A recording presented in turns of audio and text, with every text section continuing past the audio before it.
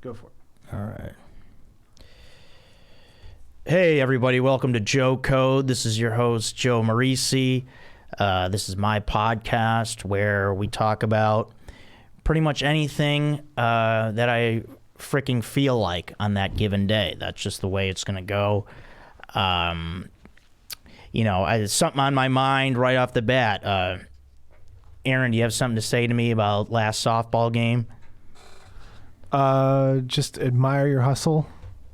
Listen, I suck. All right, let's. I disagree with that wholeheartedly. Let's just get it out there. There was a line drive hit right at me that I've never missed a line drive right at me in my entire life. I did this thing where I basically blinded myself. I put the glove right in front of my face, like a 3-year-old just learning how to play catch. It's just rust. It's okay. You know, I'm trying to play softball. I thought it'd be a good idea because my plan is to have children someday, and I want to be able to play with them when they play sports. So I'm practicing now for when I have the kids, which will probably be when I'm about 50 at this point. But I want to be an athletic dad. That's really my goal right now. I think the line drive is the least of what happened. If you recall the double play that wasn't there. Okay, yeah, I forgot that too. Well, you know what? Mike didn't have to listen to me. That's true. He could have known. He was playing shortstop. He should have known better. Yeah, be aware of the situation yourself. You don't have to listen to me. Shortstop's the captain, the infield. I'm just the second baseman. What happened, folks, is there was a ball hit to shortstop. I think it was runners on first. Well, it was runner on. Somebody was on base. Yeah, there's a runner on second. We thought it was first and second. I was pitching. I thought it was first and second as well. Oh, okay. So yeah, and there was a ball hit to shortstop. Joe ran to and covered second base, called for it. Shortstop threw it to him. Turns out there was nobody on first, so nobody coming his way. And then he tried to make the throw to first to correct the situation. That went a little wild. And what happened with that throw? That was errant as well. Yeah, that went wild into the dugout. Errant mind, errant throw. Yeah, and the run scored, and the batter got second base. So that's how that went. Yeah. So that's why we're in the frickin' B League. So I don't think we had much shot at A, and I don't know that we wanted it. Yeah, as a new batch of guys. All right, well, we'll be ready to go this week. So whatever, big news, my car is paid off this month. Awesome. One car payment left. If you would have asked me 5 years ago, Joe, where do you see yourself in 5 years? Paying off my Prius C. That's a realistic goal, because I hate when people ask you that question, like, where do you see yourself in 5 years? Well, I just started a payment plan on my car, so paying that off. How's that for starters? Hey, I don't know what life's going to bring. Goal achieved. Yeah, goal achieved is right. Prius C, great car. It's my second one. The first one got totaled. This one, I've had a dent on the hood for 5 years. Why? Why have I not fixed that dent? You know what? I just noticed it the other day. I forgot that I had this dent on my hood. It just looks natural. Yeah, it looks natural. Well, here's the thing also. I put it out of sight, out of mind. Because it wasn't my fault. I was hit while I was parked. There was no note left. No anything. No cops around. Just, it was me. I was with my friend Kevin. I was at Portillo's in Buena Park, actually. Oh, nice. Yeah, just enjoying a nice Italian beef and cheese fries. Come outside to a huge dent in the hood of my car while it's parked. When the car's parked, you assume it's safe. Yeah. When you're driving, you're like, okay, I got to worry about these drivers driving bad and be aware of your surroundings. Once you're parked, you're like, okay, everything's safe. There's, I feel violated by that. I felt violated. When the car's parked, it's supposed to be safe and sound. Everything's cool. But no. And when I'm inside eating an Italian beef and cheese fries, I'm thinking about, do I want to dip the beef in the cheese sauce or drizzle the cheese sauce on the Italian beef? I'm not thinking about, is somebody going to smash the hood of my car? Okay, while I'm in here enjoying Portillo's. I'm not thinking about my car. I'm thinking about, do I want an actual piece of chocolate cake or do I want a chocolate cake shake? Oof. Do I want it in solid or liquid form? Those are the things I'm thinking about in Portillo's. I'm not thinking about whether or not my car is safe in a freaking mall parking lot in Buena Park, California, which is a nice little town, by the way. I'm not... Knott's Berry Farm. Don't think I'm trashing Buena Park. What was that? Knott's Berry Farm. Yeah, Knott's Berry Farm is there. I went there once as a kid. Medieval Times. Yeah, that's there too. Yeah, a lot of entertainment type stuff. So that's but yeah, I mean it's been a great car. The first one, you know what happened to my first why did I get two Priuses? Well, the first one got totaled as this is kind of ridiculous. It got totaled when I was driving for Uber. I was the driver, and It was an Uber pool. So no one in the car knew each other. Three strangers just getting clobbered by an Audi SUV in Santa Monica. Oof. Oh, yeah, it was awful. I mean, no one got hurt, thank God. And the Audi is insured. Yeah. Which is good. Yeah, some stupid white SUV just blowing through a stop sign, completely T-boning me. I didn't realize my car was done, but, it was like... And then the lady has the nerve to be like, oh, it was both of our fault. What? No, it wasn't. And then it took months and months for them to get it right. I finally got paid. Thanks to my good friend Kevin Fard, who was my lawyer. He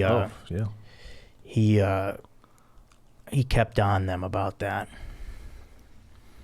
But if you run the stop sign and you smash my car to smithereens, it isn't both our fault. And next time I will have a police report. But, shit happens, I guess. What sucks about police reports is you can't get one. At least this was my experience when you're hit and run.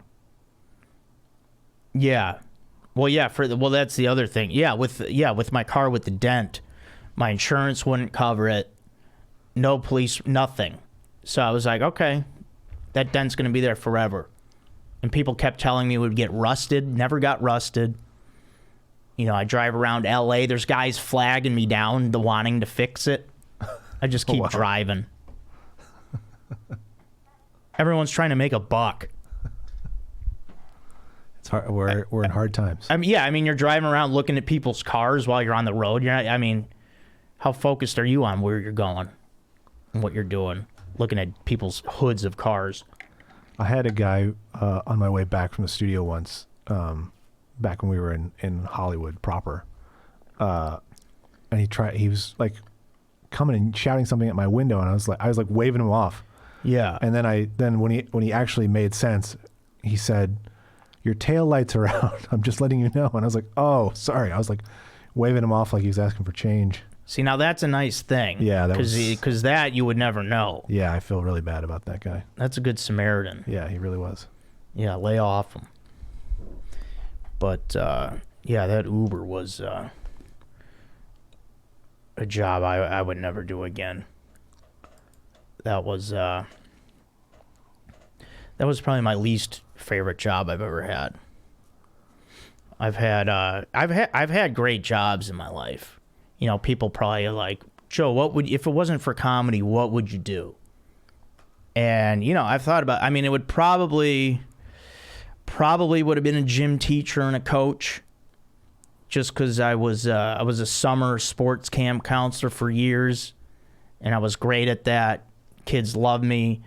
I'm athletic. I was athletic. You are athletic. at a time. Okay, I still am, but back then especially, I could really play, could show the kids baseball, football, soccer, anything. We were playing it all. You know, I was friends with the kids, but then, you know, I decided 8 weeks with the kids over their summer's enough. I could have never imagined myself being with kids 9 months a year, just every day, teaching, explaining shit, you know, all that stuff. But yeah, camp counselor was enough.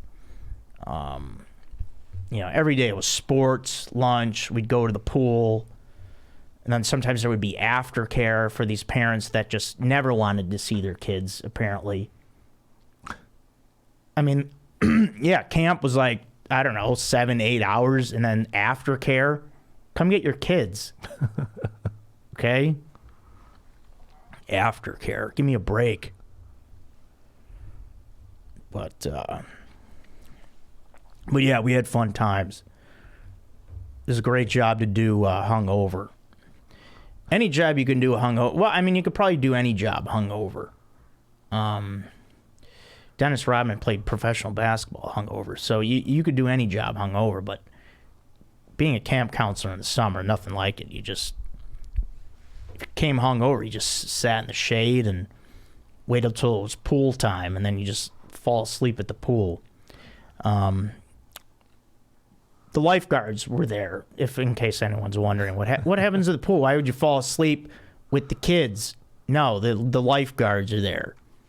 They've got their red floaty things and the.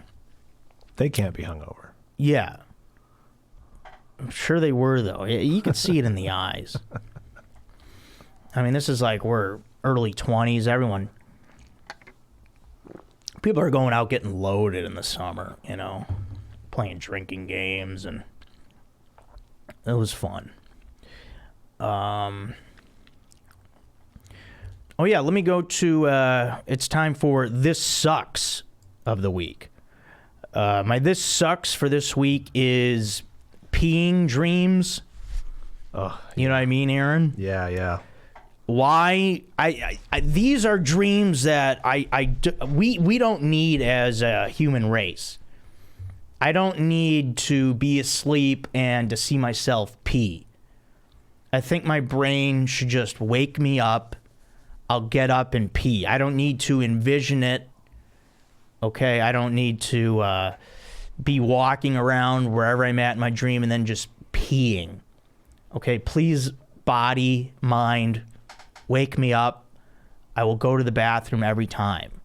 So you actually have to. Yes. It wakes you up. Yeah, okay. See, I just have those dreams and I don't have to pee. Well, you're just peeing for fun? No. What I've looked at in dream analysis is that it has something to do with privacy and not having any. For me, especially growing up, I didn't have any because my room was kind of like on the way to the garage. So you had to come through and, you know, I had no privacy. So now you dream about peeing because you wanted privacy? I guess. Well, you pee anywhere in your dream, which is really bizarre. Yeah. You're peeing, are there people around? In the dream? Yeah. Yeah, usually. Or, yeah. While you're peeing? Or trying to avoid them, yeah. Interesting. Yeah. But nevertheless, the peeing dreams are, I think it's something we don't need. Agreed. Right? Jeez. Don't, yeah, no, I mean, there's so many other fun things you could be doing in your dreams that, I think you could imagine, but peeing probably being the least fun. So, yeah, I was talking about my, you know what my favorite job was that I probably had? I mean, I don't even know if it was really a job, but well, they did pay me. So I guess that is a job, but I was a mascot once. Oh, that's fun. Yeah, I dressed up in a crawfish man outfit. and I would walk around the streets of downtown Chicago passing out coupons for my friend's restaurant, Heaven on Seven.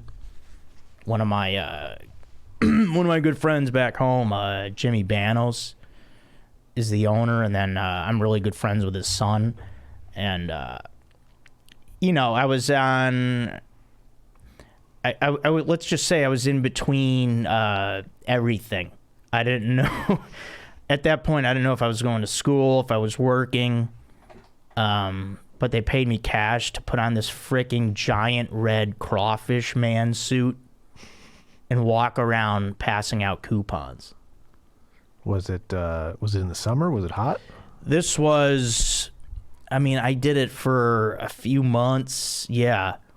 I want to say spring, summer months. So yeah, it was pretty hot. And then I would get critiqued. They would give me shit if I remember I gave a bunch of coupons to regulars who always came in the restaurant. They're like, these people are coming in anyway. Don't give them the coupons. These freaking people would see me in the street. It's hard to miss a giant crawfish man. So they're like, oh, hey, Heaven on Seven. Hey, crawfish man. And then they come and get the coupon. I say, no, you guys always come in. No coupons for you. Yeah. I'm the mean crawfish man. Go find yourself the nice one. I like that you call him crawfish man because you're not fooling anyone into thinking you're a giant crawfish. Yeah, well, because you could see my face. I had the headpiece thing, and then you could see my face, and then there was like a giant body part or a giant. Yeah, I wish I had a picture of this thing. But if you imagine a crawfish, just that was me. And then it'd be nice. I would go. I actually got busted sleeping because I would take a break. You get tired walking around in this giant crawfish outfit. It's like a weighted suit. It was a workout walking around in that. I would use the headpiece as a pillow. It was very soft and comfortable. I would sleep in the park. I would sleep in this is where I made a mistake. I slept in the lobby of the building where the restaurant was, and then my friend's mom, the owner's wife, saw me, and I think they were ready to call it quits on me there as the crawfish man, sleeping on the job. But that was a lot of fun. You'd go down there, you'd eat some fantastic Cajun food, and you'd walk around pretty much looking like a fool around the whole city. And I guess that you could say, and that was before stand-up comedy, that kind of gets you in the mode of like, hey, I can laugh at myself. I can basically the whole city was a stage. Yeah. I felt like if I can walk around doing this, I can do anything. As far as, because I was always interested in performing. But, yeah, because then after that I was in a play right away. I did Tony and Tina's Wedding. Have you ever heard of that? I've heard of it, yeah. Yeah, it's an off-Broadway, like, Italian-American wedding kind of interactive. Well, this is what they call it, dinner theater. Mm-hmm. You could call it acting, but there really was no acting. I auditioned for it. I basically was cast right away based just on the look. I was really big back then. I was very Artie Lang looking. Had the thick curly hair, fat freaking face. Not nice and chiseled like you see today. But yeah, I was a shoo-in.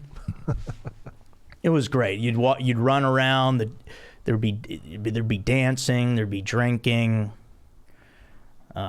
We didn't drink. They would give us beers during the show, but they were filled with water. Oh. But little did people know we were doing shots of vodka in the dressing room before the show.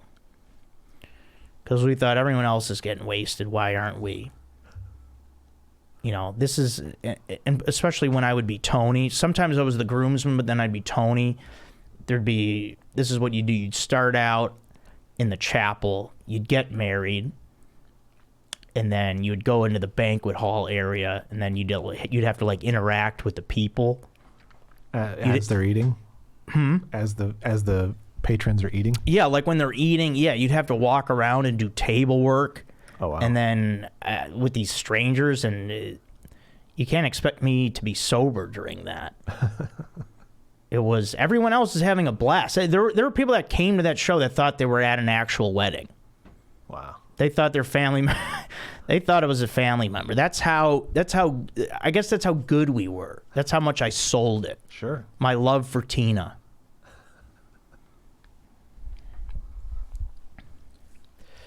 But yeah, then when you get in a big fight, and this was the show. There was always this certain, you'd have to follow the outline of the show. Like there'd be a big fight, you make up at the end, but all the words you could pretty much bullshit.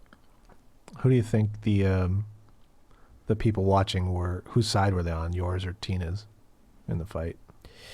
I would say I think they were on my side most of the time, because like Tina's there was one part in the show where Tina's ex-boyfriend would show up drunk with a pizza.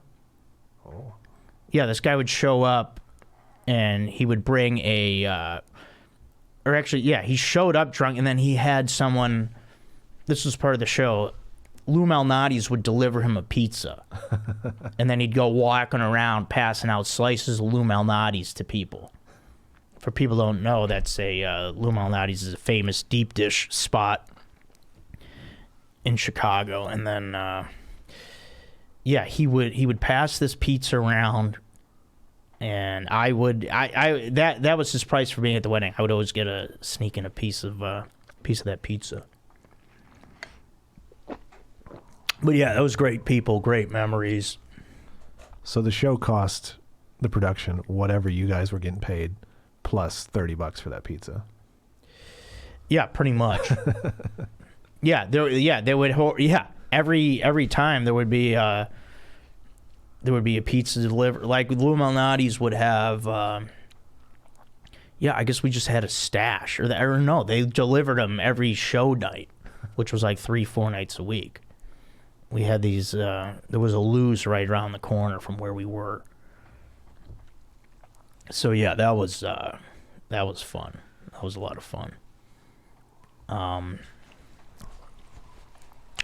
We are at, let's see, We're at, this sucks. 23. Let's do, why don't we do a This Is Great now for the week?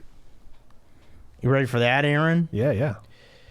Have you ever heard of the zero water filter? No. There is nothing better in this world than zero water filter. And it's called zero because guess why? It allows zero toxins. Zero. Absolutely zero. It's better than any water filter you've ever bought. My friend Julie introduced me to this thing. It's absolutely the best thing ever. The best water you've ever tasted. And they give you a little, they call it, it's like this little meter thing that can measure it. Mm-hmm. You stick it in the water, and it's zero. And then when the filter starts going bad, it goes up to like, once it's above 6, they say you got to change it. But 6 still tastes fine, but. Because tap water in Los Angeles, you know what it is? It's about $2.50. Oh, wow. Yeah. It's scary. And some people say the tap water's good. No, it's not. For a city this size. Yeah. I mean, it's amazing we're only $2.50. Well, yeah, because when I fill up the zero, I see in the reservoir, I guess you call it, at the top, you could see the little particles and little dirt. There's just all this crap that's in the water. And they just filter out all of it. It's beautiful. It's a beautiful thing. 0 water filter. It's available everywhere. You can get it at freaking Target. You can get it online. Oh, man. Beautiful thing. Oh, yeah, I wanted to talk about this real quick. Now, what about... Aaron, I think you're going to go along with me on this one. I make a rule, 1 meat per pizza. What do you think about that? Just one, no meat lovers, just 1 meat, and then whatever veggies you want. Where are we at on that? I generally don't do veggies on a pizza anyway, but I've definitely done it. I'm definitely a 2 meat guy. 2 meat? Yeah, usually pepperoni and sausage. Okay, that's fine. Well, all right, I'll give you that because pepperoni's thin. Yeah. If you're doing a thin meat with a thick meat, but if people are doing like meatball, bacon, no, Yeah, it's too much. It's too much, yeah. I've done it, and I've regretted it. Of course you have. Now, the ultimate question that is on most people's minds on the internet today is pineapple, yay or nay? I say yay. I like it too. I've been a huge pineapple guy once. I had what is great. People do the the Canadian bacon, yeah. or the Hawaiian style. I love meatball with pineapple. Ooh, interesting. Because once you're introduced to sweet and savory, it's hard to go back. Yeah. Because people think no fruit on no. What is it? The savoriness of the meatballs with the sweetness of the pineapple. That's basically what it's a great. See, now I'm looking at my notes and I'm trailing off what I was going to say, but meatball, pineapple, great combo. If you are interested. Let's see now. Oh yeah, please email the podcast. We do have an email. It is joecodepodcast@gmail.com. Now, you can write in, you could say anything you want, ask me anything you want. I will respond to emails on the show. Will I get to all of them? I don't know. But I definitely won't get to ones where if somebody's talking shit, I won't do that. We won't do on-air arguments. I will give advice. I will give perspective. We can talk about. You can write in about your peeing dreams. If you have weird peeing dreams, we could talk about those and why our brains do this to us. But yeah, other than that, I'm on my last car payment, and it's very exciting. And Prius C, people may make fun of that car. It's a little compact car, a little kind of a go-kart type of thing, but you know what? I keep it clean. I keep it washed on the outside, clean on the inside. I'm not one of these water bottle people in the cars. No. Aaron, are you one of them? No. Yeah, where you get in the car and then you're just smashing water bottles that are all over the floor. Mm-mm. Everybody does that. Every single person I know. I can't get into a car and have my feet hit the floor. My feet are always smashing plastic. It used to be, before it was water bottles, it was all CD cases. Yeah, there's CD cases. Yeah, there'll be water bottles. Every now and then there'll be a random fast food cup, like a nice big yellow Wendy's cup mixed in with the Fiji and the Arrowhead and the Vitamin. They got all these waters. Your life's in disarray. You know, you can't even decide on a brand of water. In Fiji, that's a bad idea to leave that there, because Fiji has those squared edges. You could break a freaking ankle getting into a car, stepping on a Fiji. Pick them up, keep the cars clean, get yourself a Prius C, and live a nice compact life. And with that, everyone, that is this episode of Joe Code. I'm Joe Marrese. Thank you.